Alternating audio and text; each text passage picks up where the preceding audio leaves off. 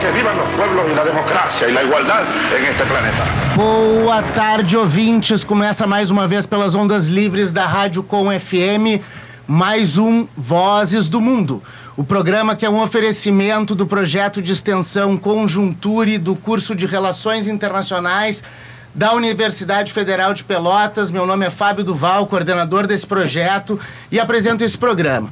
E hoje o programa está muito especial, né? Nós vamos começar, ao invés da entrevista ser no segundo bloco, como usualmente é, nós já vamos começar com uma entrevista, né? E hoje, nessa entrevista, e muito possivelmente no segundo bloco, nós vamos falar sobre a geopolítica do Oriente Médio e do Norte da África, né? O mundo árabe, digamos assim, e adjacências vão ser tratados hoje com ênfase na guerra da Síria, né?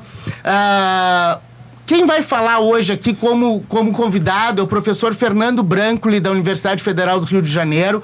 E nós vamos ter aqui no estúdio também o professor Rodrigo Duque Estrada, né, meu colega na Universidade Federal de Pelotas, no curso de Relações Internacionais, e no GAIOMAN, o Grupo de Análise Estratégica Oriente Médio e África Muçulmana, né, que tem aqui, via Vozes do Mundo, um papel de trazer um pouco do que a gente estuda sobre o Oriente Médio e tornar isso numa linguagem palatável, acessível ao grande público, né? Principalmente porque a gente sabe dos efeitos que as dinâmicas internacionais desempenham nas nossas dinâmicas internas, como usualmente se fala aqui no programa. Bom, começando a entrevista, então, eu vou apresentar para vocês o professor Fernando Brancoli, professor da UFRJ. Fernando, boa tarde. Alô. Alô. Alô. Agora conseguimos. Fernando? Professor Fernando Brancoli, então, da Universidade Federal do Rio de Janeiro. Colocamos ele no ar aqui. Boa tarde, Fernando. Boa tarde a todos aí. Boa tarde, Rodrigo. Boa tarde, Alfaro. Prazer estar conversando com vocês hoje.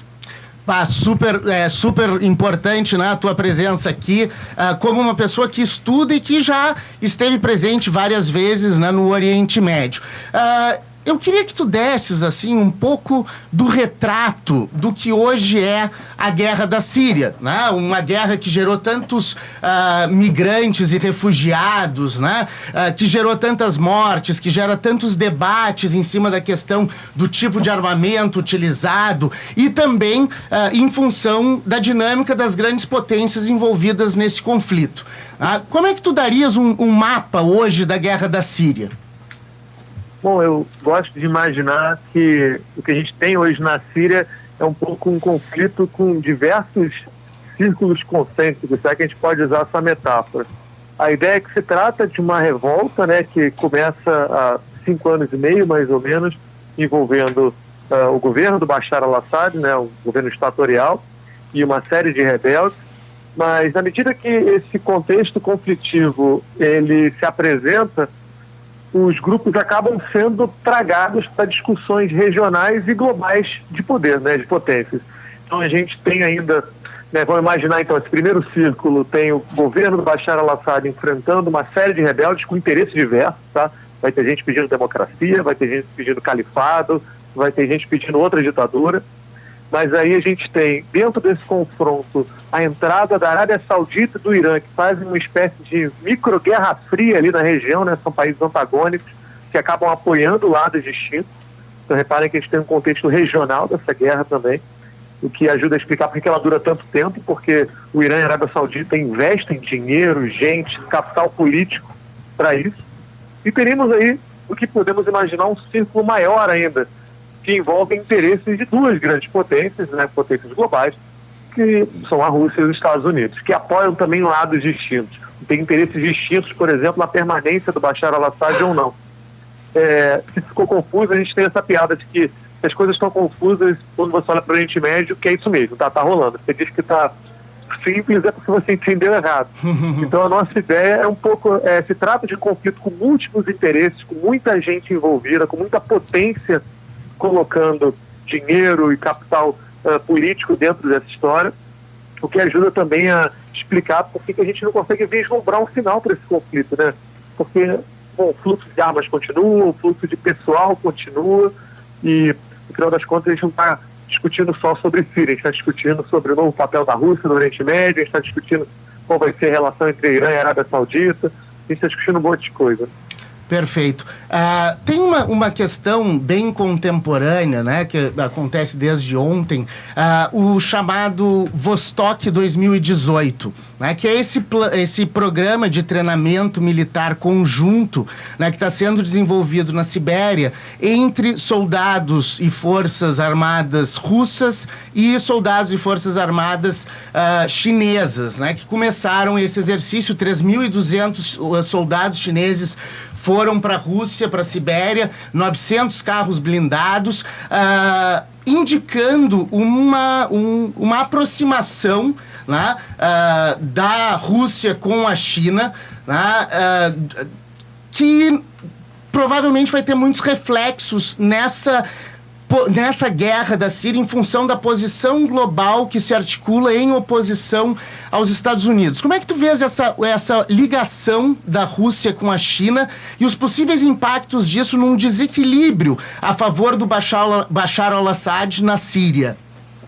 Eu acho que você é certeiro nessa colocação. A gente discute muito pouco o papel da China no Oriente Médio, né? A gente, por motivos óbvios, acaba falando muito de Estados Unidos, de Rússia, mas imaginar aí que a China é um país que tem interesses diretos naquela região, seja porque se trata de um espaço em que ela demanda commodities, por exemplo, como o petróleo, como também uma área de passagem, né? Quando a gente olha a estratégia chinesa para a infraestrutura nos próximos anos, o Oriente Médio aparece como uma área estratégica para que uma série de commodities, de insumos que vão da Europa ou vêm da Europa passem por ali, não só por questões marítimas, né?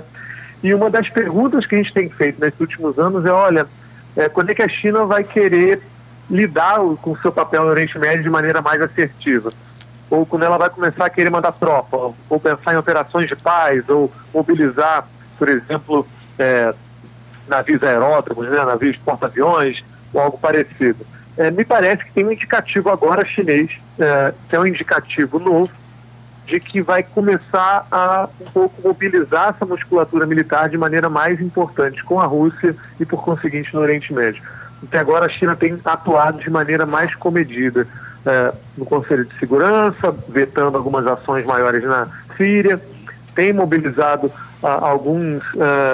algumas embarcações ali no Mediterrâneo, mais próximas da Síria, mas eu diria que certos indicativos começaram alguns meses atrás, 2, 3 meses, e agora essa materialização de operações conjuntas com a Rússia, inclusive num cenário estratégico que lembra muito o Oriente Médio, né? Apesar de estar ali no norte da Rússia, num espaço um pouco mais... no norte não, né? No leste da Rússia, um espaço que seria muito diferente do Oriente Médio. Se a gente olhar os batalhões mobilizados, a estratégia lembra muito que seria uma operação do Oriente Médio. Então, me parece que é uma China argumentando que se trata de uma área estratégica e que ela vai querer estender essa musculatura. Não tenho muita certeza de quando isso vai acontecer, mas me parece inevitável. A China vai ter que pagar um pouco esse custo pela pacificação do Oriente Médio, pela uma tentativa de estabilidade, e aí o tabuleiro vai mudar todo, né? Até agora a gente inclui como grande potência atuando na região de maneira mais assertiva Estados Unidos e Rússia. A pergunta que a gente vai ter que fazer, e agora quando a China entrar, né? Vai entrar colada na Rússia, vai ter uma política mais específica, como é que esse processo de acomodação vai acontecer? Acho que gosto muito da sua fala, porque é uma agenda nova, a gente vai ter que pensar nisso e tem muito pouco material pensado sobre isso. Exatamente, né? É uma questão a ser bem observada a partir de agora, né? E calculada, dado o peso estratégico que a China, um país com a exponencial área territorial que tem, a exponencial população que tem, né? É sempre um fiel da balança muito forte. Eu vou passar aqui, professor Fernando, a palavra para o professor Rodrigo Duque Estrada, que vai fazer uma pergunta também. Boa tarde a todos os ouvintes da Rádio Com, do programa Conjuntura. E Brancoli, boa tarde, é um prazer estar falando contigo, meu amigo pessoal. Eu queria, pegando assim, uma tangencial aí da Síria com a região mais ampla do Levante, você, Brancoli, que é um pesquisador já conhecido, especialista no Oriente Médio aqui no Brasil e que tem ido lá, foi lá algumas vezes recentes, né? Eu queria que você talvez explorasse um pouco para nós a questão do projeto de criação de um Estado, de um califado islâmico. Afinal, Brancoli, o que foi o projeto do Estado Islâmico e o que aconteceu agora? O que desembocou esse projeto de construção de um califado na região do Levante? Bom, prazer também, Rodrigo, estar falando contigo. A ideia de califado, né, o conceito de califado surge quase que de maneira automática após a criação ou recebimento do que é a religião islâmica, né, ali no século VII. A ideia do califado é um espaço político, de organização política, que abrange, em sua maioria, pessoas que são muçulmanas, né, não são exclusivamente muçulmanas, mas que abrangeriam a maioria muçulmana. E aonde, dentro desse espaço do califado, que é um espaço em crescente mutação positiva, na ideia de que o califado ele não tem fim, ele vai sempre crescendo porque ele está sempre aglutinando pessoas novas. A lei que norteia esses princípios dentro do califado seriam leis islâmicas. Como todo conceito político e conceito histórico, a ideia de califado vai mudando através do tempo, né? Então, a gente vai ter uma série de povos, não povos, mas eu diria de potências políticas ao longo do tempo, o Império Abássida, os Umaídas, o próprio o Império Otomano, né, Turco-Otomano, usando o termo califado para justificar a sua existência. E aí com variações tremendas, vão cada um descrever de uma maneira diferente. Como você coloca, né, a última, talvez, grande aparição desse termo califado vem com o chamado Estado Islâmico, primeiro Estado Islâmico no Iraque e no Levante, né, o Daesh, depois se nomeiam só Estado Islâmico, e a ideia é de que se trataria de um espaço político que começou ali entre a Síria e o Iraque, né? E teria como capital Raqqa na Síria e Mossul no Iraque, e que se trataria então de um espaço de organização política que teria como princípio norteador a interpretação bastante fundamentalista desse grupo, né, do Estado Islâmico, de quais são as leis muçulmanas. Então repare que é também mais uma vertente, mais uma interpretação do califado.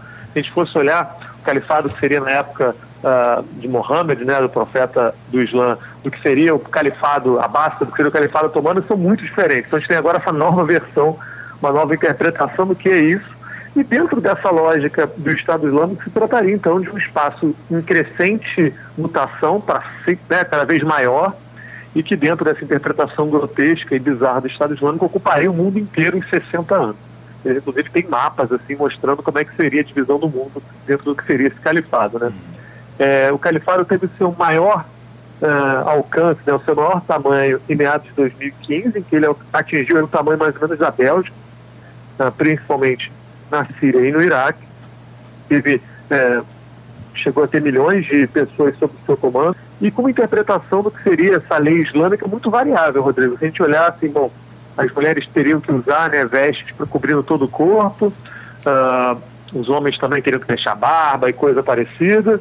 Então, o que denotaria, né, uma lógica de volta a um passado tradicional, mas, por exemplo, quando o Estado Islâmico começa a perder território e as mulheres, de maneira muito brava, né, começam a fazer tráfico de arma para os rebeldes, debaixo das roupas, das burcas, eles proíbem as burcas, né, da noite para o dia. Então, repara aí que esse fundamentalismo islâmico também tem um pouco data para acabar, né? Quando a política bate a porta, eles abrem a mão, né? Ô, Branco, deixa eu só pegar um gancho que tu tá falando, saindo um pouco do debate da religião e trazendo para a geopolítica. Você avaliaria, como especialista, que a criação do Estado Islâmico impôs algum desafio àquela configuração clássica do Oriente Médio, tal como foi estabelecida pelo Acordo de Sykes-Picot, de 1917? Porque, recentemente, eu até estava olhando no YouTube, tinha uns vídeos muito interessantes de militantes do Estado Islâmico com uma retroescavadeira, e aí eles começam a cavar um buraco no chão, olham para a câmera e dizem: aqui acaba o Sykes-Picot. Então, assim, para além do estabelecimento de um califado fundamentalista baseado em todo esse credo, você acha que tem também um propósito geopolítico de desorganizar aquela divisão clássica do Oriente Médio, tal como foi feito entre França e Grã-Bretanha pelo Acordo de Sykes-Picot? Olha, acho que tem sim, e isso se enquadra numa discussão que é muito presente no Oriente Médio, de como que os estados que hoje fazem parte desse espaço, né, ali no norte da África e na área do Levante, são muito reflexos de decisões feitas por europeus. Né, imaginando aí que as fronteiras dos estados que compõem esse espaço são fronteiras meio aproveitadas da divisão colonial pós-Primeira Guerra Mundial, feita basicamente por Grã-Bretanha e pela França. Então, é óbvio que eu não estou dizendo que os esforços ao longo desse tempo são idênticos ao Estado Islâmico, mas se a gente pensar, por exemplo, Nasser no Egito durante a Guerra Fria, ele tem um argumento também de que, olha, essas divisões são mentirosas, né? Nós somos árabes antes de sermos egípcios ou sírios, deveríamos formar uma grande coalizão, um grande Estado. Eu acho que o Estado Islâmico, ele certamente apresenta aí um novo desafio para essa geopolítica, uma nova discussão sobre como organizar aquele espaço, mas eles se enquadram, acho que numa discussão que é importante no Oriente Médio, que é, olha, como é que eu organizo um espaço político que tem as suas fronteiras políticas limitadas por um ator estrangeiro, né, que muitas vezes não respeita dinâmicas locais na hora de pensar esse Estado, né, na hora de imaginar esse Estado. Então, certamente eu lembro desse vídeo, né, e recomendo aí para os nossos ouvintes observarem os documentários da Vice News, né, esse site VICE, que mostra esses documentários bem interessantes, que para mim é surreal, é muito bizarro um cara, né, um fundamentalismo islâmico no meio de um deserto entre o Iraque e a Síria, com um iPhone, dizendo que está acabando com uma fronteira demarcada por um acordo diplomático secreto do início do século XX. É sensacional, né? Não tem como dizer que a história está acabando, né? O Fukuyama estava muito errado. Exatamente. Eu acho que se enquadra assim nesse recomendamento. Perfeito. Eu vou passar a palavra aqui para um dos nossos integrantes do Conjunture, que vai fazer uma pergunta, o já sempre presente Cícero Cruz. Boa tarde, professor. Boa tarde, ouvintes. Professor, eu gostaria de saber a tua visão sobre a rivalidade, já que tu falou da rivalidade entre a Arábia Saudita e Irã. Eu queria saber entre a rivalidade de Irã e Israel, porque recentemente Israel disse que jogou 2.000 mísseis nas Sírias no último ano, um ano e meio, e principalmente as posições que o Irã ele detém lá. Como tu vê essa rivalidade entre Irã e Israel? Bom, eu acho que, valeu pela pergunta, eu acho que talvez a rivalidade essencial para a gente entender Síria e entender essas dinâmicas dentro do Oriente Médio, né? Essa tripartite rivalidade entre a Arábia Saudita, Irã e Israel. O Irã e a Arábia Saudita são rivais há muito tempo, né? Até pela própria dinâmica em como que se enquadra, como se constitui como Estado, na medida em que os dois Estados constroem uma narrativa religiosa que é um pouco antagônica, né? Os dois são muçulmanos, mas o Irã é de maioria xiita, enquanto que a Arábia Saudita é de maioria sunita ou arabita. E apesar dessa rivalidade ela existir de maneira um pouco mais perene ao longo do tempo, na década de 80, né, em 79, com a Revolução Islâmica, ela explode de vez. Até porque a Revolução Islâmica dentro do Irã, ela tem uma premissa de se expandir, né, o que assusta aí uma Arábia Saudita que quer ser vista como liderança. E se a gente pensar, né, acho que se a gente analisar um pouco esse espaço do Oriente Médio nos últimos 10 anos, a gente tem uma espécie de guerra fria entre os dois países, né, em que contextos como o Iêmen, as disputas eleitorais no Líbano, o Iraque e agora a Síria, todos esses espaços passam por uma disputa importante de influência entre atores apoiados pelo Irã e atores apoiados pela Arábia Saudita. E aí, quando eu cito a Arábia Saudita, eu incluo os Estados Unidos nessa história porque é o maior aliado norte-americano na região. Então a gente tem aí, eu diria, quase todas as crises, desde a retirada e retomada do primeiro-ministro libanês ano passado, até a guerra civil no Iêmen, até agora a Síria, envolvem forças sauditas e iranianas em maior ou menor grau. E para complicar ainda mais essa história, a gente tem Israel dentro dessa dinâmica, né? Israel elencou o Irã já há alguns anos, e aí na figura do primeiro-ministro Benjamin Netanyahu, muito vocal em relação a isso, o Irã como o principal inimigo, né, de Tel Aviv. E aí relembro aí a figura do Bibi na Assembleia Geral da ONU, anos atrás, mostrando uma bomba meio de cartoon, não sei se vocês lembram dessa história, né? Eu lembro dessa que história. O Irã ia ter uma bomba para ontem, uma bomba nuclear, que alguma coisa tinha que ser feita. E de maneira bastante interessante, até porque acho que ajuda a gente a entender que o Oriente Médio não é só sobre religião, né? Que a religião, em alguns momentos, ela pode ser deixada de lado na hora de analisar a política. Israel se alia à Arábia Saudita para enfrentar esse inimigo comum, que é o Irã. E aí imaginar a Arábia Saudita é um país né, cuja constituição é a Sharia, né, é a lei muçulmana dentro da interpretação deles, é um país bastante pouco liberal ou nada liberal, um país em que comemora-se como um grande ato de resistência as mulheres poderem dirigir, só para depois serem presas, né? E um país, além disso, que tem lideranças importantes pedindo a retomada de Jerusalém, o fim de Israel, mas faz uma aliança com Israel bastante tácita na ideia de que tem que enfrentar essa expansão iraniana, né? A ideia de que o Irã está se expandindo.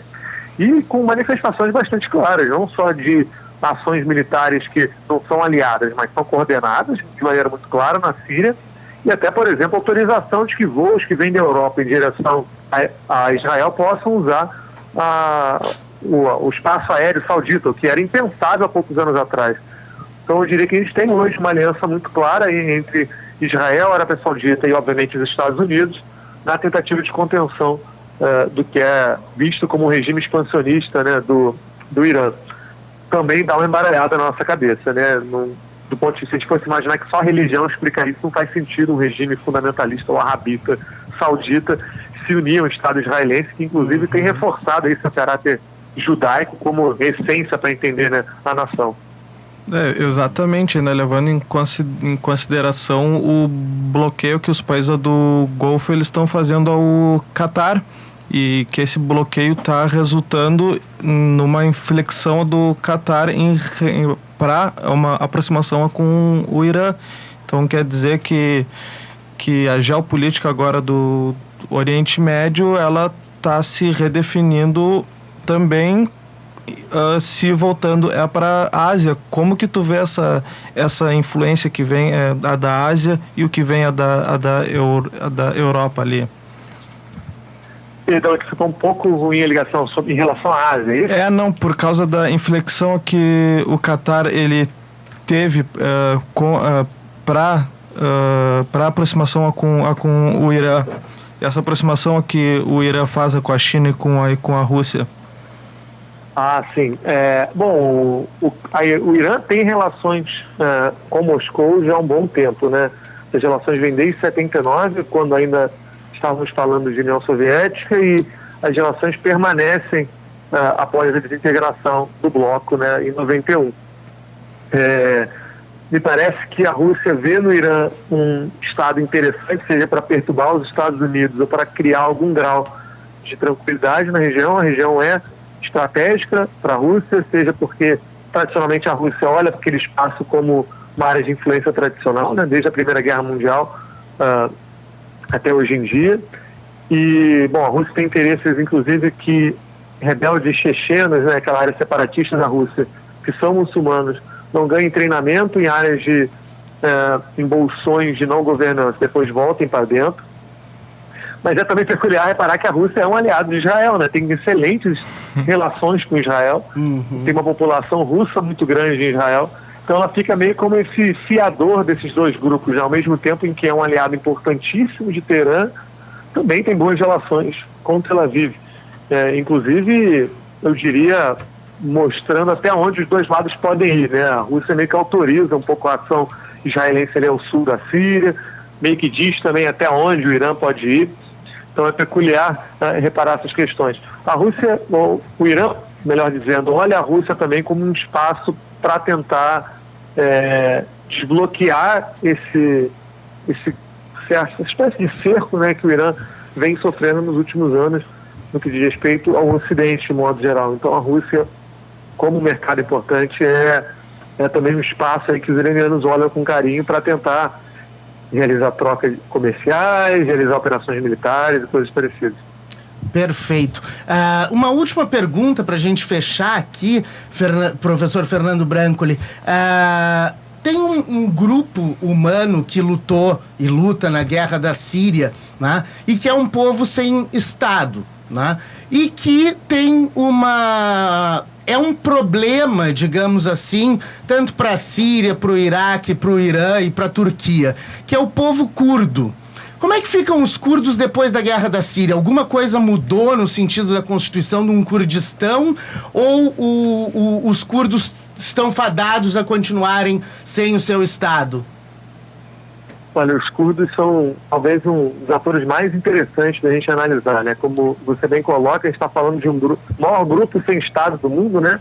É um grupo que está ali espalhado pelo Irã, pela Turquia, pela Síria e pelo Iraque, eles, por uma obra do destino, não tiveram Estado, né? Tinha toda uma discussão depois da Primeira Guerra Mundial se ia se criar o Kurdistão, se não ia, ficaram sem. E se espalham por essa região, né? Ficam, apesar de estarem de maneira contínua, eles acabam ganhando características diferentes. Então, por exemplo, o grupo do Kurdistão iraquiano, ao norte do Iraque, ele é bastante diferente do grupo sírio. E conforme a gente tem o que a gente vai chamar de Primavera Árabe, essas modificações políticas importantes no Oriente Médio, os curdos vão tentando ganhar mais autonomia, né, nesses espaços. Isso principalmente porque durante a Guerra Fria eles foram muito massacrados e foram muito impedidos de exercer o que seria exemplos da cultura curda, né? A língua era proibida, diversas manifestações culturais também, foram perseguidos no Iraque principalmente. E com o caos que acontece na região, os curdos se aproveitam, por serem um grupo minimamente organizado, desse caos para tentar ganhar mais autonomia. No norte do Iraque eles fazem isso, né? Hoje talvez seja a parte mais rica do Iraque, a parte melhor organizada. Eu estive ano passado em Erbil, na capital do Kurdistão iraquiano, e é surreal a organização que esses caras têm.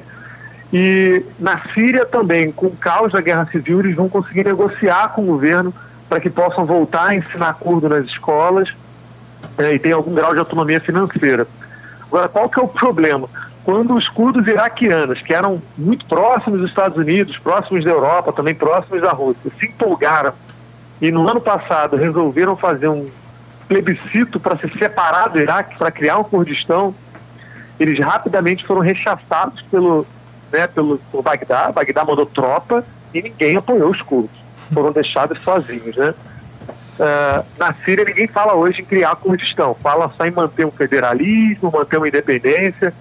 Então me parece aí que os curdos ganharam autonomia, ganharam poder, mas não tem hoje aliados importantes que querem bancar a criação de um Estado novo, até porque o Estado novo representaria aí uma fragmentação de países como a Síria, o Iraque ou a Turquia, e não tem poder sozinho para fazer isso, né? Mas deixa a sugestão aí para os nossos alunos, trata-se de um tema fascinante, a interação desse ator subestatal, né, sem Estado de alguma maneira, dentro da geopolítica do Oriente Médio, e ainda acho muito pouco estudado na região. Vale a pena dar uma lida sobre essas questões, até porque, para encerrar, os curdos em alguns espaços, como na Síria, têm tentado aí adotar práticas de governança muito interessantes, né?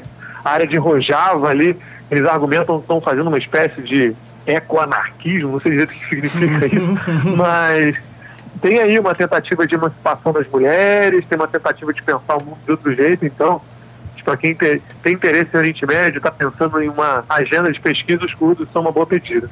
Perfeito. Muito obrigado, professor Fernando Brancoli, da Universidade Federal do Rio de Janeiro. Esteve aqui no programa elucidando, né, várias questões a respeito da complexa situação do Oriente Médio. Professor Fernando, muito obrigado. Esperamos poder contar com a tua presença em outros momentos aqui no Vozes do Mundo. Imagina, eu estou sempre à disposição. Estive aí em Pelotas há 2 semanas, né? Consegui finalmente conhecer vocês. Fiquei apaixonado pela universidade, pelos alunos, pelos professores. Estou à disposição não só para a gente voltar a trocar essa ideia aqui no rádio, mas voltar também aí para a gente tomar um café e uma cerveja e poder debater mais esse tema tão interessante. E chimarrão, né, Brancoli? Pô, carioca do Rio Grande do Sul que não toma chimarrão, oferece café. Pode ser então café, chimarrão e cerveja. Beleza, tudo misturado. Valeu, Fernando Brancoli, professor da Universidade Federal do Rio de Janeiro, esteve aqui conosco no programa. Vozes do Mundo.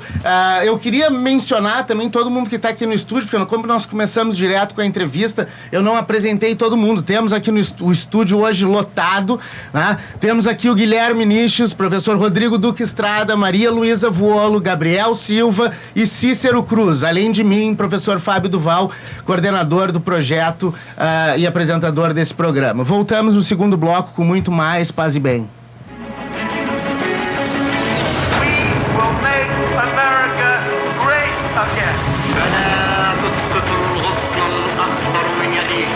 Abajo la dictadura imperial y que vivan los pueblos y la democracia y la igualdad en este planeta. Boa tarde, ouvintes. Voltamos mais uma vez com o programa Vozes do Mundo, um programa que é um oferecimento do projeto de extensão Conjunture do curso de Relações Internacionais da Universidade Federal de Pelotas. Meu nome é Fábio Duval, sou o coordenador desse projeto e apresento esse programa. E hoje nós tivemos aqui uma entrevista bem interessante falando, né, sobre o Oriente Médio, principalmente com o professor da UFRJ, da Universidade Federal do Rio de Janeiro, professor Fernando Brancoli. Temos aqui no estúdio Guilherme Niches, professor Rodrigo Duque Estrada, Gabriel Silva, Maria Luísa Vuolo e Cícero Cruz, né, todos membros, né, o professor Rodrigo convidado e os outros estudantes membros do projeto. Nós vamos continuar falando um pouco sobre o Oriente Médio, só que dessa vez eu quero fazer uma propaganda aqui do primeiro artigo produzido pelos alunos do curso do Grupo de Análise Estratégica Oriente Médio e África Muçulmana, que eu e o professor Rodrigo Duque Estrada coordenamos aqui na UFPEL e que o professor Renato Costa coordena lá na Unipampa, né? Um grupo destinado a estudar exatamente as questões do Oriente Médio. Estamos desenvolvendo várias pesquisas nesse sentido, né? E eu vou passar a palavra então para os dois autores desse artigo, que foi o primeiro produzido, então, no Grupo de Análise Estratégica Oriente Médio e África Muçulmana. Os autores são o aluno Cícero Cruz e o Gabriel Silva, né, que estão aqui para falar um pouco desse artigo que está disponível junto com todo o material do Conjunture, do Vozes do Mundo, todos os podcasts, todas as gravações de programa, entrevistas que foram dadas, artigos que foram produzidos, né, por esse grupo de estudo. Tá tudo presente lá no site da Nomos, produtora e editora independente.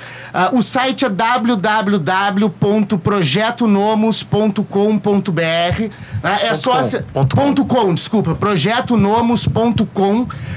E vocês acessam lá todo esse material no blog Multiverso, né, que é um blog que está vinculado ao site da Nomos, editora e produtora independente.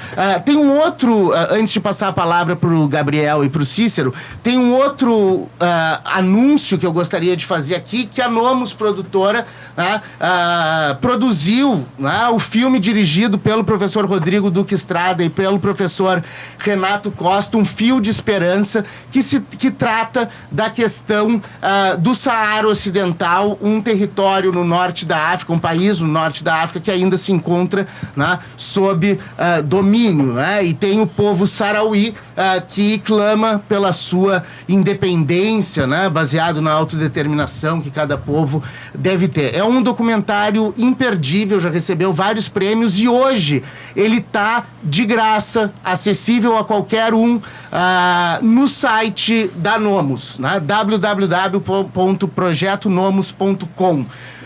Acessem lá que vocês vão ter acesso a tudo isso. Mas Cícero e Gabriel, qual é o título do artigo de vocês? O que vocês trataram? E o que vocês podem dizer aqui sobre essa questão, relacionando, né, o objeto de estudo de vocês com a questão contemporânea do Oriente Médio? Então, o nome do artigo é O Estado-nação Judeu e as Origens do Sionismo. É importante frisar que ele foi fruto do primeiro debate, do primeiro encontro que teve do Gaioman em agosto.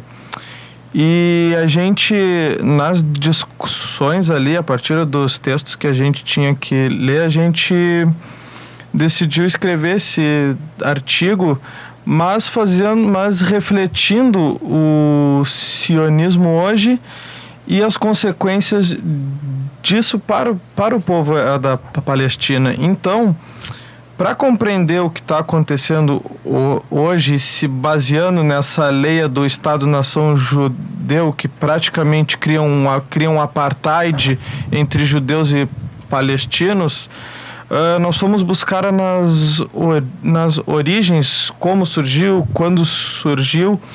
Então a gente foi estudar... Só para explicar assim pro ouvinte, o que é o sionismo? É agora que eu vou entrar nisso. Tá.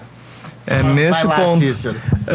Então a gente foi atrás, fomos pesquisar e aí a gente caiu no ano de 1886. Com o livro do do judeu Theodor Herzl. Acho que é assim. Eu acho que é assim, né? Herzl. E ele é um livro que ele é curto, impresso, deve ter umas 50 páginas, se não for muito, mas ele é um livro de um judeu que fala, no princípio, sobre a perseguição que eles sofriam na Europa Oriental. Então ele começa a montar alguma forma e um pensamento para se criar um Estado. Só que quando tu vai te deparando com a leitura do livro, tu vai percebendo que o povo palestino ele já se encontra invisibilizado. Ele é parte do Império Turco-Otomano, na época, que era conhecido como homem do ente da Europa, pelas crises que vivia, mas o povo palestino ele sequer é citado no livro. E aí, com a criação e com esse primeiro passo que ele dá, se cria o sionismo, que vem da palavra de Zion, que é de volta a Jerusalém. Uhum. Então, a gente buscando esses fatos, é recente, da administração do Trump ter passado a embaixada para... Uhum. Para Jerusalém, a gente se faz a pergunta... além de uma questão que essa semana pululou, né, que foi o fechamento da embaixada da autoridade palestina em Washington. Né? Eles fecharam a embaixada sob o argumento de que, depois de todas as chances que haviam sido dadas pelos Estados Unidos para eles negociarem a paz entre Israel e Palestina, os palestinos não teriam cumprido a sua parte, não teriam empreendido vontade suficiente, nas palavras do Trump, para resolver de uma vez por todas essa questão, né? E claro que não foi mencionada a união ali entre o governo do Trump, do republicano Donald Trump, e o governo do Likud, do Benjamin Netanyahu, né? Que representa a direita mais retrógrada, né? Do Estado de Israel. Né? Então é importante colocar aqui que existe sim uma legitimidade nas demandas do povo judaico, mas o que existe hoje, na verdade, entre o Estado de Israel construído à força, né? E principalmente a expansão do Estado de Israel com os assentamentos sobre a Cisjordânia e sobre a faixa de Gaza, que formam um território ali que é conhecido como a Palestina, né? É um território não contíguo, né?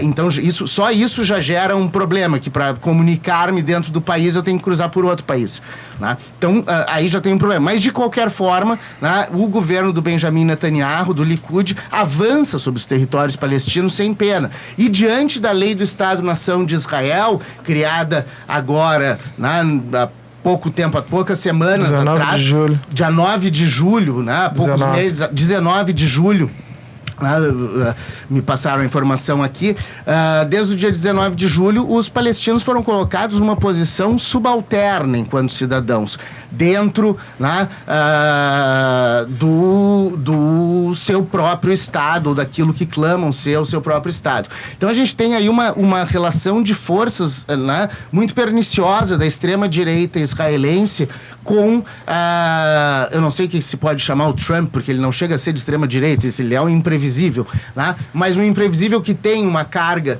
digamos assim, de cooperação com esses governos de extrema-direita, gera todo o desequilíbrio que a gente tem, né, entre a Palestina e Israel, né? Mas nesse ponto, Trump ele foi previsível.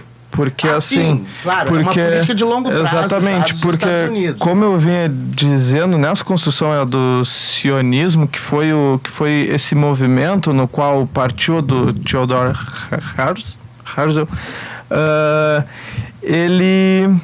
ele já falava, nós precisamos estar aliados com as grandes potências no mundo, porque são eles que definem o jogo. Então, o Pacto Sykes-Picot, que pro ouvinte que estava ouvindo agora a entrevista com o Branco ali, que o Rodrigo eles estiveram ali na volta, e em seguida veio a declaração de Balfour, que é um documento de Balfour, que é um documento em que o chanceler da Inglaterra, a potência da época, ele afirma que vai dar um lar nacional para os judeus, e a partir de então é que começa esse movimento para a Palestina. E desde então ele vem tendo essa rivalidade cada vez mais crescente entre os judeus e os palestinos. Mas aí, pensando agora no que o professor ele disse, quer dizer, quando o Trump ele anuncia que vai mover a embaixada para Jerusalém, ele faz isso numa associação que chama-se Associação Pública de Assuntos Israelense Americana, que é a AIPAC. Uhum. É uma das principais, a principal organização de lobby israelense no mundo. Uhum. Se tu for contra ou tu for a favor de Israel, nos Estados Unidos tu só te elege se tu for lá. Então, quer dizer, a situação dos palestinos hoje é tão complicada frente a essa ideologia do sionismo, que sim, visa com que os palestinos eles saiam de Israel, é tão complicado, e nós chegamos num ponto tão difícil que é imprevisível hoje para mim a gente conseguir almejar alguma coisa para os palestinos com os republicanos na Casa Branca e com o amplo domínio que os sionistas têm no Estado de Israel. Então fica cada vez mais complicada essa situação para os palestinos. Perfeito, ótimo, Cícero, grande análise. Eu gostaria de passar a palavra aqui para o outro autor do artigo, né? Que foi um artigo escrito conjuntamente. Gabriel Silva acabou de entrar no projeto de extensão Conjuntura e está pela primeira vez aqui no programa, vai ser uma figura frequente aqui, então já vão se acostumando com o Gabriel.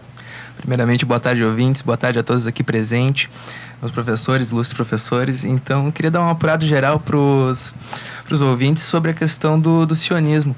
Então, no Oriente Médio, é uma questão histórica comercial que acontece ali, Rota da Seda, diversos contatos entre povos, e existe todo esse acúmulo histórico de capital. Então, quando essa ideia do sionismo surge, né, com Theodor Herzl, ele emerge já com muita força e interesse das outras de potências emergentes, por exemplo, como eram as europeias. Porque se tinha noção de que os judeus, eles em sua maioria eram, por exemplo, donos de bancos, eles eram grandes investidores e grandes capitalistas. Então, no livro mesmo do Theodor Herzl, O Estado Judeu, ele já afirma que ele seleciona possíveis estados para poder ser alocado essa população judia. E só que tanto é que foi selecionada a Argentina e existe uma questão imprópria, depois Uganda, então por fim chega a conclusão desse território da Palestina. Só que os primeiros, por exemplo, já no livro está escrito isso, a essência, os primeiros judeus que iriam lá para poder produzir, para poder estabilizar uma terra para os judeus mais abastados, seriam os judeus, a massa judia. Uhum. Então já se tem, já em suma, na criação de um Estado, esse abismo social entre onde uns que detêm grande capital não vão trabalhar e vão esperar que exista esse proletário que vai preparar o território para eles. Então, e antes disso, existe essa consideração já dentro dos judeus do movimento sionista. E antes disso, antes deles integrarem esse território palestino, já existia os próprios árabes locais, que, como o Cícero havia dito antes, eram do Império Turco-Otomano. E com a sua dissolução no primeiro período do século XX, o povo palestino ficou no seu território, que historicamente tradicional, exatamente, e com a alocação dos judeus nesse território, eu não me recordo o nome do documento, que alegava que os judeus poderiam ser alocados naquele território, mas tinham que preservar a cultura já existente, né, daqueles... A Declaração Balfour, exatamente, e respeitando aqueles indivíduos que já existiam ali. Só que então já existe toda uma hierarquização, né? Então é uma questão um tanto preconceituosa. Existe o sionismo já em sua essência não tem como ele não ser enviesado a algo que vai dá prioridade a alguns e em detrimento do trabalho de outros, assim. Então é um livro que, em suma, explica como criar um Estado com o labor dos outros. Perfeito, ótima análise, Gabriel. Eu vou passar a palavra aqui pro professor Rodrigo Duque Estrada, mais uma vez. Só para complementar, recomendando esse artigo, né, para os ouvintes lerem ele no blog da Nomos, vocês podem acessar. Ele estabelece uma linha de continuidade muito interessante desde a publicação do livro do Theodor Herzl até hoje, né, parece um salto histórico muito grande, mas quando a gente vai ver os detalhes, a gente percebe que tem uma continuidade muito característica. Até hoje, com essa proclamação aí pelo parlamento israelense do Estado-nação judeu, né? Que, como o Fábio falou, se na prática os árabes palestinos que viviam no Estado de Israel já eram secundarizados, já eram considerados uma classe de segunda categoria, agora tem a institucionalização, a legalização de um regime de apartheid. Então, para a gente compreender historicamente como se chegou ao status atual do conflito, a gente talvez tem que parar de ficar olhando essas coisas de é uma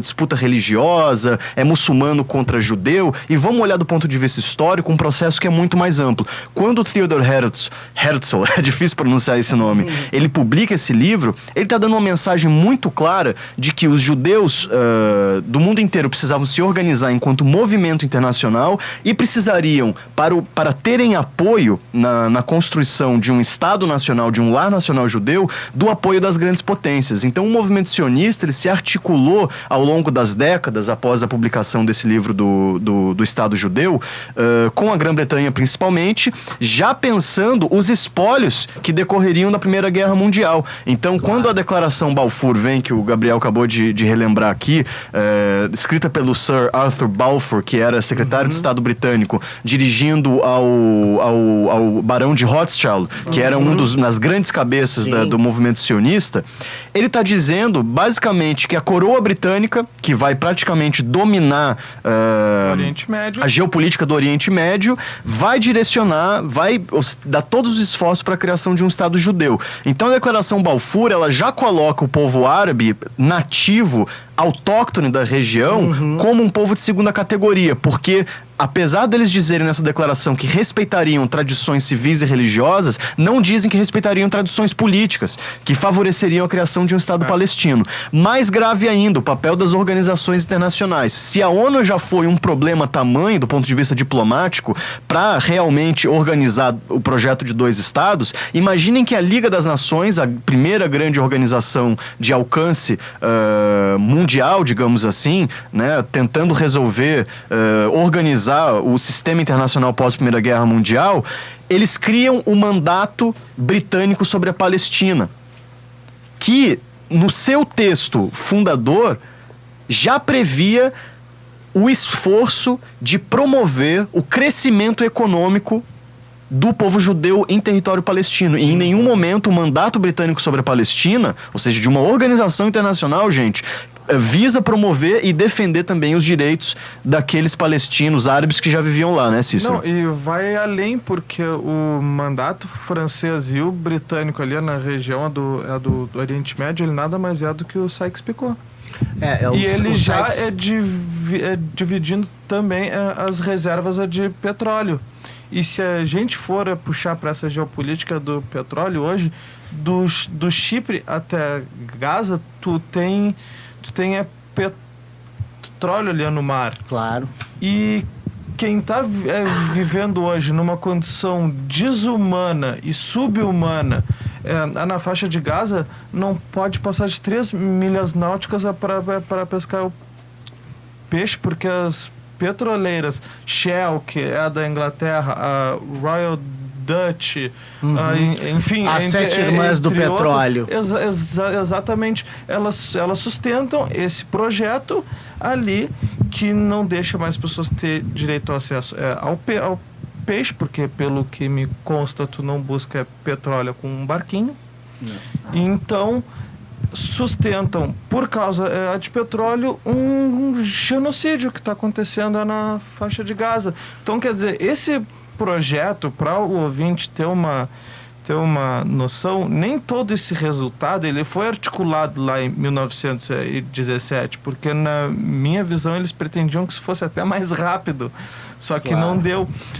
Então, quer dizer, esse projeto que vem se estendendo, que já secularizou o sofrimento do povo palestino, ele tem todo o aval de Washington, de Londres e de Paris. Quer dizer, ele é para acontecer. E aí, o que me deixa mais assim chocado foi que semana passada o Partido dos Trabalhadores da Inglaterra, Trabalhista inglês. O Partido Trabalhista Inglês foi obrigado, coagido a assinar um documento antissemita, porque é um partido que tem feito essa luta por causa do povo palestino, mas que os sionistas eles se protegem sobre o véu do antissemitismo.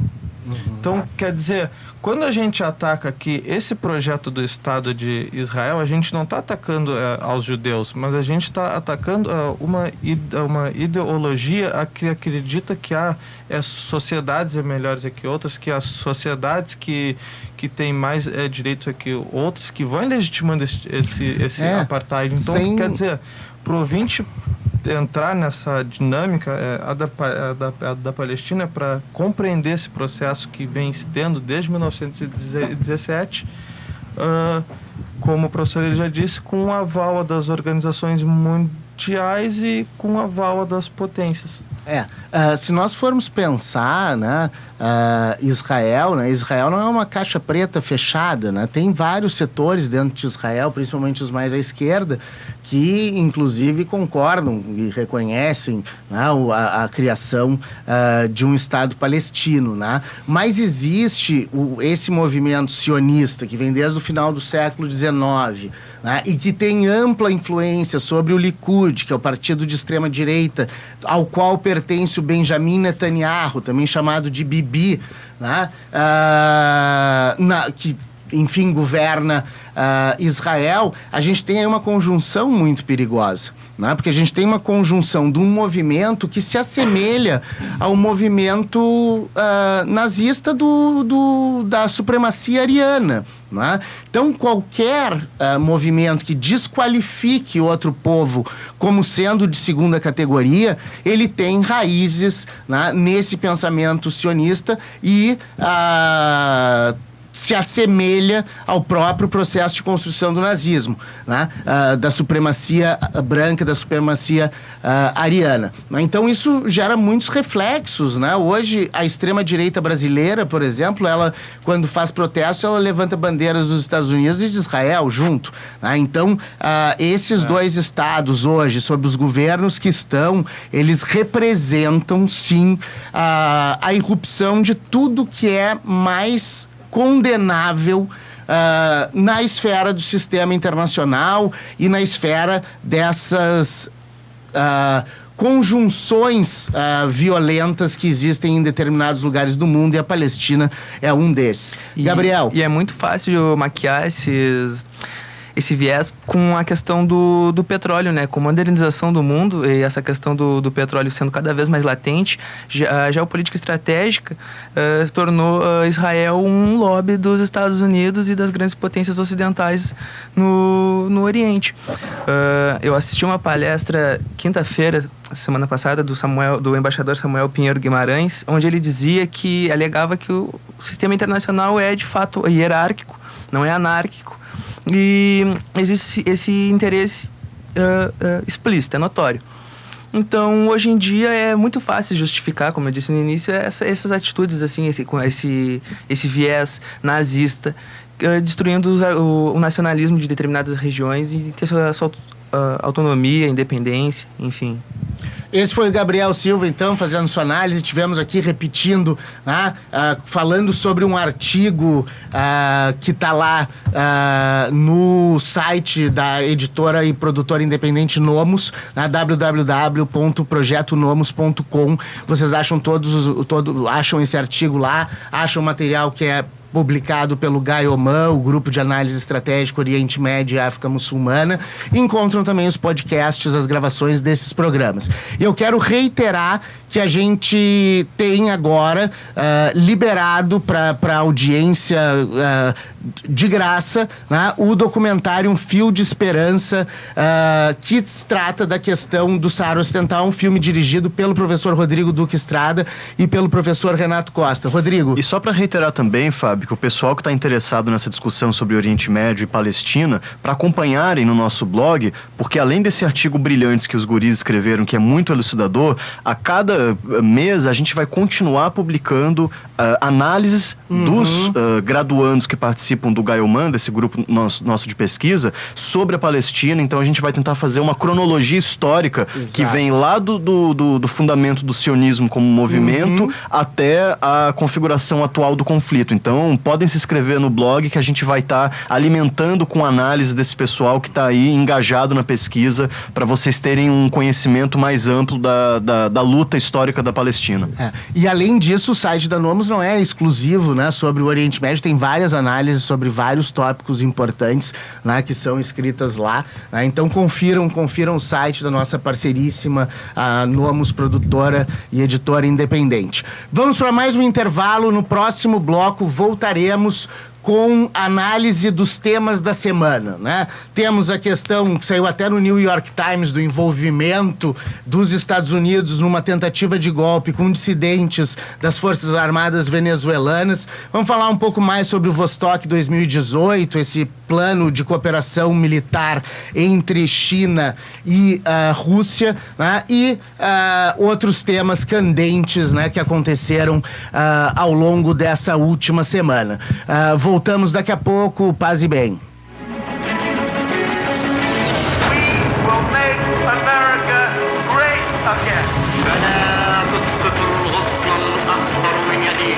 Abajo la dictadura imperial y que vivan los pueblos y la democracia y la igualdad en este planeta. Boa tarde, ouvintes. Volta mais uma vez ao ar o Vozes do Mundo.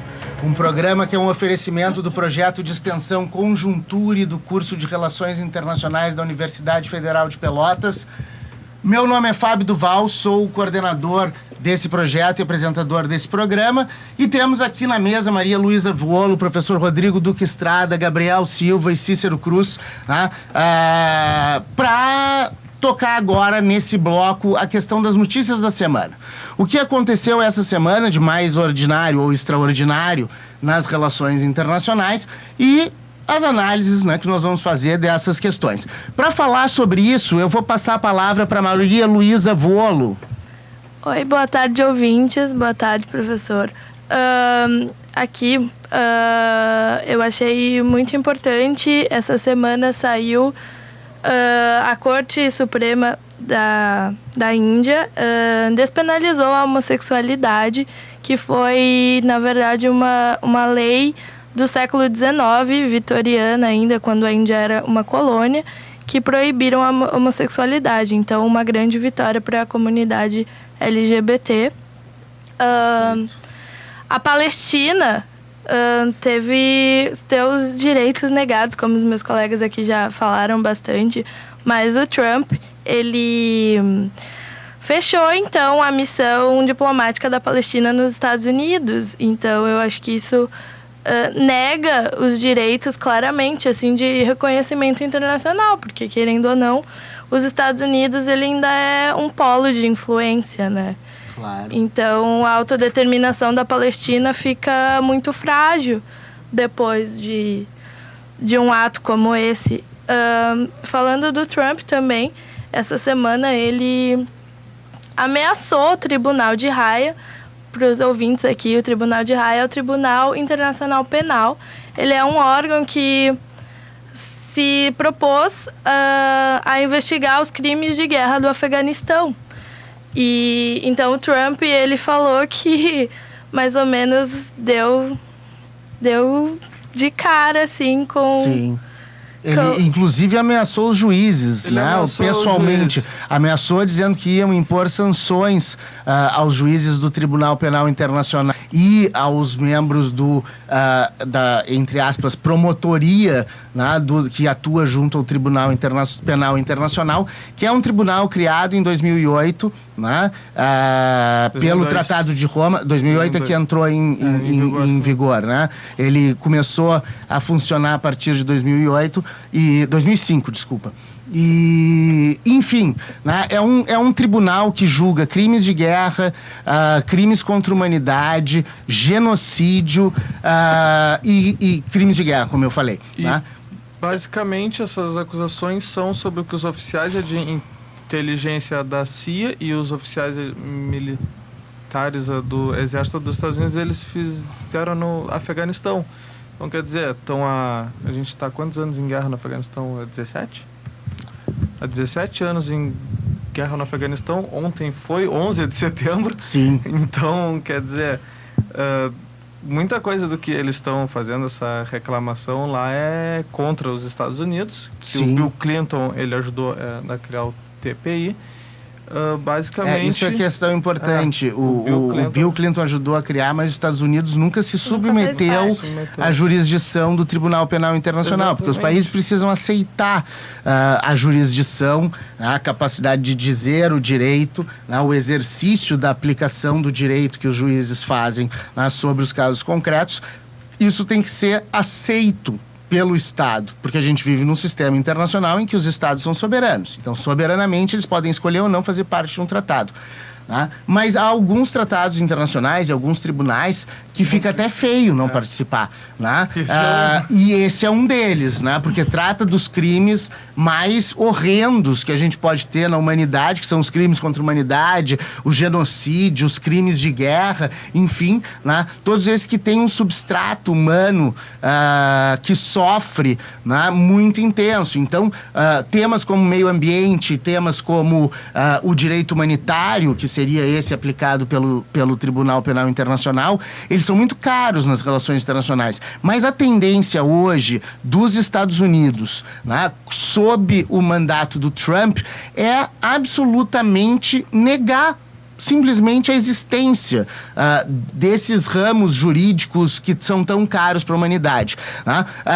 Acabou de ser liberado nos Estados Unidos a emissão de gás metano em altas quantidades pelas fábricas. Né? Semana passada, o Trump assinou uma lei ampliando a possibilidade de emissão de gás metano por parte das indústrias, né, e geradoras de energia, e seja lá mais o que for que emita gases, né? E ele vai na contramão de várias tendências históricas, né? Hoje, por exemplo, essa união entre Rússia e China na esfera militar, ela é colocada expressamente pelo Xi Jinping, né, o presidente do Partido Comunista Chinês e logo presidente da China, né?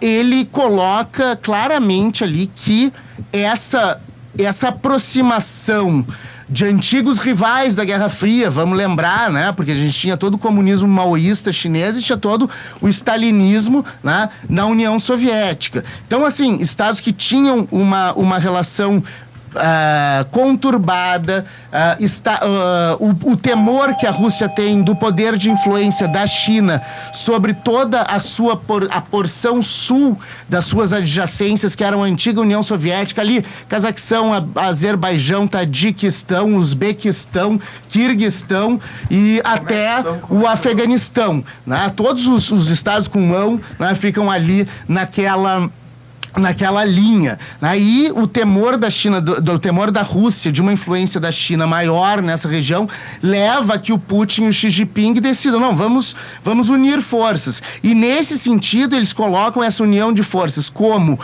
uma resposta ao unilateralismo dos Estados Unidos e também colocam, o que é interessante colocar, e aí principalmente para a China, em oposição ao protecionismo que os Estados Unidos vêm impondo com a elevação de barreiras tarifárias, né, num momento da história do capital que isso não faz muito sentido, né, a não ser, claro, recuperar a produção interna, que no caso do Trump é da onde ele tira uma grande porção, né, dos seus eleitores, né, aqueles que ficaram sem emprego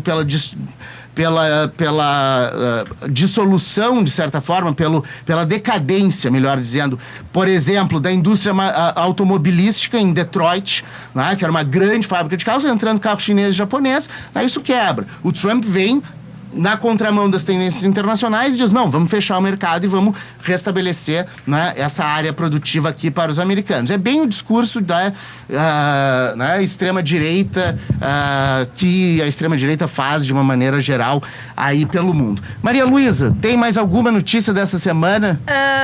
A Assembleia Nacional Constituinte da Venezuela aprovou, nessa terça-feira, dia 4, um decreto para repatriar os refugiados. E eu acho que principalmente porque teve muita atenção internacional, inclusive nas fronteiras do Peru e do Brasil, a entrada de refugiados muito mal recebidos, a questão da xenofobia e tal. Então eles resolveram repatriar algumas pessoas lá. Perfeito. A Venezuela vive uma situação bastante complicada, né? Nós temos o governo que sucedeu ao governo do Hugo Chávez, que tinha uma presença muito forte na América do Sul, principalmente pela Aliança Bolivariana para Nuestra América, né? Que envolvia ali alguns estados da América do Sul e outros da América Central e do Caribe, notadamente Cuba, né? Hoje a gente tem um governo que passa por sérios problemas dentro da Venezuela e a Aliança Bolivariana já faz água há bastante tempo em função exatamente dos problemas que a Venezuela teve em função da redução do preço do petróleo durante muito tempo, né, feito virtualmente para afetar, né, exatamente a Venezuela, né, que faz parte da OPEP, etc., mas que teve toda essa influência. Mas além disso, além dessa influência que... Bom, imaginemos que pelas leis do mercado que atualmente ainda se estabelece no mundo, não sei se vai ter uma superação disso ou não, espero que sim. Hopefully haverá. Enfim, né, se não houver uma superação disso, faz parte do jogo, aumentar, diminuir preços, etc. Isso é esperado. O que não é mais esperado no mundo hoje é que um país influencie e dê substrato para que dissidências de forças armadas dentro de um Estado soberano deem um golpe de Estado para derrubar um governo. Essa influência militar e financeira direta vem acontecendo dos Estados Unidos em relação a dissidentes das forças armadas venezuelanas, e eles estão articulando um golpe de Estado na Venezuela para derrubar o Nicolás Maduro. Isso não sou eu que estou dizendo, isso saiu no jornal mais liberal do mundo, que é o The New York Times. Né? O The New York Times trouxe há 2 dias atrás uma reportagem inteira sobre essa questão da influência americana, né, estadunidense mais especificamente, a influência estadunidense sobre o futuro ou provável ou possível golpe de Estado na Venezuela. Quando nós pensamos que isso acontece na Venezuela, nós temos que levar em consideração que isso já aconteceu na América do Sul em outros momentos. A Operação Condor, por exemplo, que justificou todo o processo de tortura na ditadura, foi ensinado por agentes americanos, e isso hoje já é fato histórico consagrado. A mesma coisa vai acontecer com essas iniciativas, que agora uma delas já foi amplamente propagada, né? Propalada, enfim, o New York Times colocou, e vários outros jornais do mundo, seguindo na esteira, né? Colocaram também reportagens sobre essa questão. Mas não dá para imaginar que os Estados Unidos não tentem influenciar em outras eleições, né? E outros regimes políticos em outros lugares, né? Enfim, nós temos aí uma situação bastante complexa, né? Saiu uma outra reportagem na revista mais... Talvez uma das revistas mais status quo do Brasil, que é a Veja, saiu nessa semana, na capa da Veja, dizendo que a Cambridge Analytica, aquela consultoria política internacional, né, ela estaria tendo ampla influência nas eleições brasileiras, né? Estaria influenciando pelo apoio a determinados candidatos, né, à eleição brasileira. Então a gente tem um cenário muito complexo, né, nesse momento político atual. E tudo isso, Fábio, a troco de quê? A implementação de um regime neoliberal que os países que propõem isso não aplicam dentro das suas próprias fronteiras. Exatamente. Quer dizer, então drena recurso à vontade, matéria-prima, os nossos cérebros que deveriam estar investindo na ciência e tecnologia para ir para as grandes capitais, para eles terem um desenvolvimento social, humano e tecnológico, enquanto nós aqui continuamos relativizando a nossa própria soberania. E isso ocorrendo, Fábio, só para complementar, na semana, né, essa notícia que a Maria trouxe, na semana em que o governo britânico reestatizou empresas que estavam no domínio privado. Uma prisão, uma penitenciária em Birmingham e uma outra empresa que administrava um trecho de ferrovia. Por quê? O que eles estão entendendo agora, finalmente, é que a era do thatcherismo acabou. Sim. A era do thatcherismo acabou. E apenas o Estado, como propulsor do desenvolvimento, é que conseguiu tirar esse pessoal neoliberaloide da crise de 2008. Claro. Então, tentam aplicar para nós um regime que não condiz com o nosso potencial de desenvolvimento, enquanto eles mesmos não aplicam isso, né? E com discurso militar, quer dizer, o Trump recentemente teve notícia, né? Se uniu com cúpulas de opositoras na Venezuela e não descartou um golpe militar. Exatamente. E isso levando em consideração que é o Estado da China, com controle do Estado chinês, que é o país que mais cresce no mundo. Quer dizer, isso é uma coisa que fica no painel do mundo. Bom, a Europa ela cresce 2,5% faz 20 anos e a China 10%. Sim. 12%. Quer dizer, e por exemplo, aí voltando para a Venezuela, para esse caso da Cambridge Analytica, é na Foreign Policy, que é uma revista que é um dos braços do Departamento de Estado dos Estados Unidos.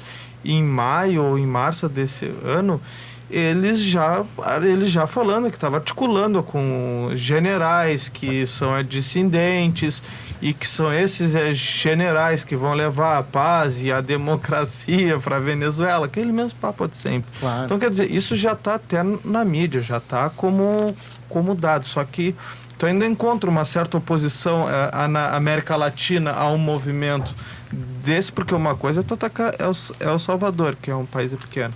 Outra coisa é a Venezuela. E uma guerra de guerrilha, os Estados Unidos, ele nunca sai vencedor. Porque tu não ganha de uma sociedade. E nem guerra de guerrilha apenas. Tem um exército bolivariano ali, ideologicamente. Ainda tem inteligência de Cuba, enfim, tem uma série, ainda tem a Bolívia. E voltando para Cambridge Analytica, aconteceu uma coisa comigo. Eu estava no Twitter esse tempo aí, falei mais ou menos, eu tô falando mais ou menos bem de um candidato, cara, foi 300 retweets, 1000 a curtida, e aí tu começa a ver, é só robô.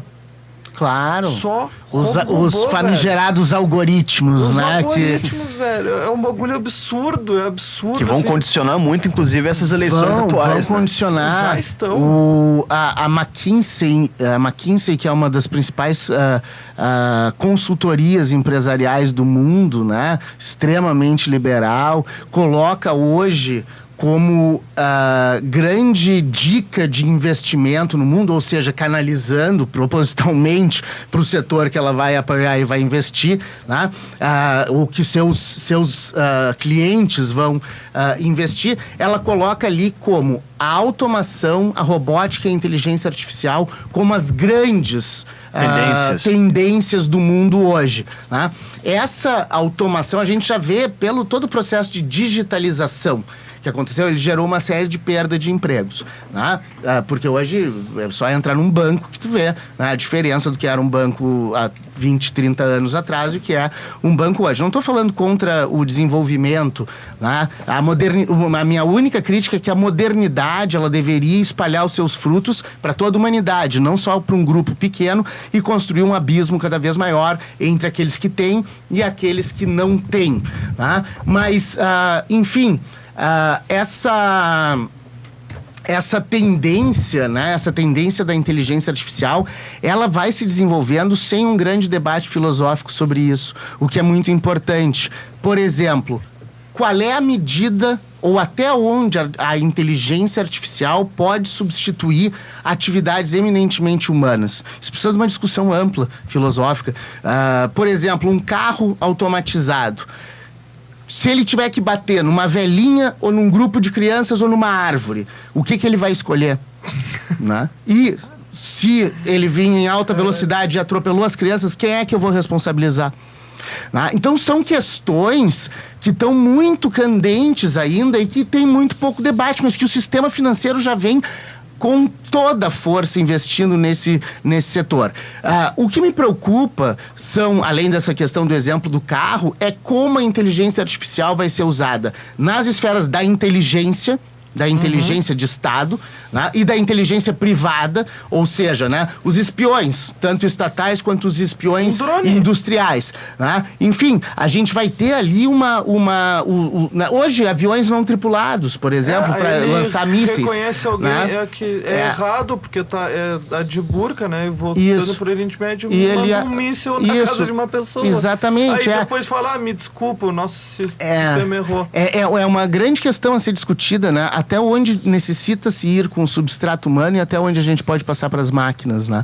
Porque, enfim, né? Parece meio Matrix, parece uma coisa meio fora da realidade, mas enfim, o Elon Musk, dono da SpaceX, né? O maior programa espacial privado do mundo, está construindo uma estação espacial em Marte para abrigar, quando a gente tiver o declínio ambiental do planeta Terra, para abrigar os mega, multi, hiper podres de rico, né? Que provavelmente vão se mudar para Marte e vão ter lá, né, condições artificiais de vida colocadas dentro de uma sociedade bem restrita, né, e talvez igualitária, mas igualitária numa outra perspectiva, né, em função da desigualdade gerada aqui no planeta Terra para todos os que vão ficar. Minha dúvida com isso, Fábio, se os mega ricos, só os mega ricos vão para Marte, quem que vai trabalhar para eles? Como é que eles vão gerar? Não, provavelmente eles vão levar, né, o que eles chamam de criadagem, né? Poderiam, né, enfim, levar alguém para fazer o trabalho sujo, digamos assim. Outra coisa que me preocupa bastante é o distanciamento que você tem da responsabilidade humana. Você não cria empatia, porque de uma base você aperta um botão, destrói um vilarejo e você não tem contato com as criancinhas mutiladas, você não tem responsabilidade ali, então eu acho que é bem complicado, né? Claro, sem dúvida, o sujeito vai lá, explode um vilarejo e depois vai comer um McDonald's e tomar um milkshake. Né? Bem tranquilo, eles só não tomam talvez o de morango, porque aí, né, o vermelho do sangue pode... Eles acham que estão jogando um videogame, né? Parece que tá jogando um videogame, exatamente. Já viram, teve um caso aí de um sargento da aeronáutica dos Estados Unidos. Ele operava os drones que andavam no Paquistão de Nevada. Quer dizer, o cara acho não que tem esse total, ponto... ele nem deve ficar, acho que, nervoso. Para ele é uma espécie de videogame. São 3 telas e um controle de um avião da frente. Ele não tem contato humano nenhum. Exato. Eu acho que esse ponto que a Maria Luísa levantou é fundamental, né? A incapacidade de gerar empatia que uma máquina tem, ou essa mediação de atividades eminentemente humanas por uma máquina, né? Elas podem gerar esse tipo de ação que não passa pela toda a sensibilidade humana que a empatia, né, pode gerar em relação aos outros.